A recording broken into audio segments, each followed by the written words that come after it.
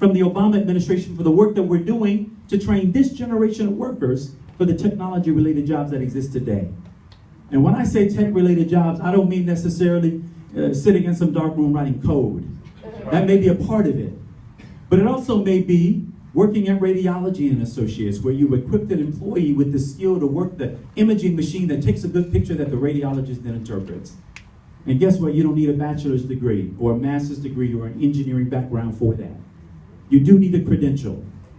And when I was matriculating here in the state of Florida's public education system, while college worked for me, for my older siblings, it was access to a skill where they could get a skill that they could monetize, go to work, get a job that led to a career that paid a good wage. Y'all remember? Technical, mechanical, electrical, woodwork, shop, right? We used to have that. And we've divorced that from the public education system, instead choosing a high stakes testing regime that, by the way, doesn't tell us what our kids know, but how well they take a test. Right? We've got to rid ourselves of that. We've got to rid ourselves of that. When I think about public education, I think about the comprehensive way in which we have to address it. One, we've got to start earlier. 0 to 5 is where it's at. 0 to 5 is where it's at. Over 90% of brain development that takes place over the course of human life occurs between the ages of 0 and 5, 85% between the ages of 0 and 3. Our kids are literally sponges. Yet we treat those years like throwaway years. 40% of our kids showing up at kindergarten, not ready to learn. Nearly that same percentage by the time they get to third grade, not on third grade level reading, right? And since we've drained all of the inspiration out of the public system, right? Because all they're doing is teaching these kids to a test, all the kinds of courses that kept us engaged and inspired, now you got to go to a special charter school or a specialty school to get access to it. Well, when I was growing up in this state, every school offered that kind of a curriculum.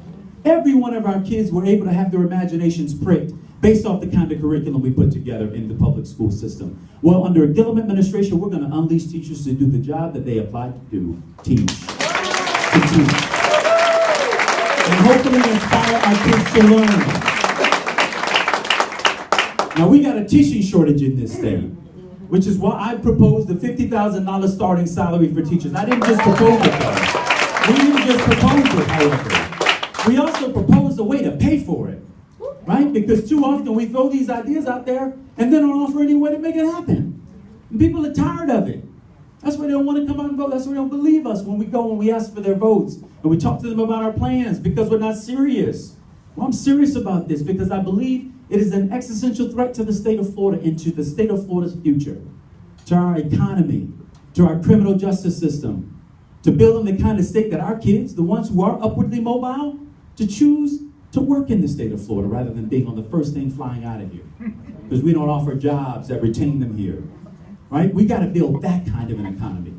The beauty is I think we can build that kind of economy by simply standing up to the challenges that we have as a state. Take, for instance, global warming and climate change. You all know about it, you right down here, right? Right at the epicenter of it. Yet we have a governor who says he's not a scientist and therefore can't say whether or not global warming is real, right? Y'all know he ain't a scientist, we all know that. But he uses it as an excuse not to do what he should be doing, right? Now, I don't know if he checked or not, but Florida is a peninsula. We are surrounded by water on all sides but one, right?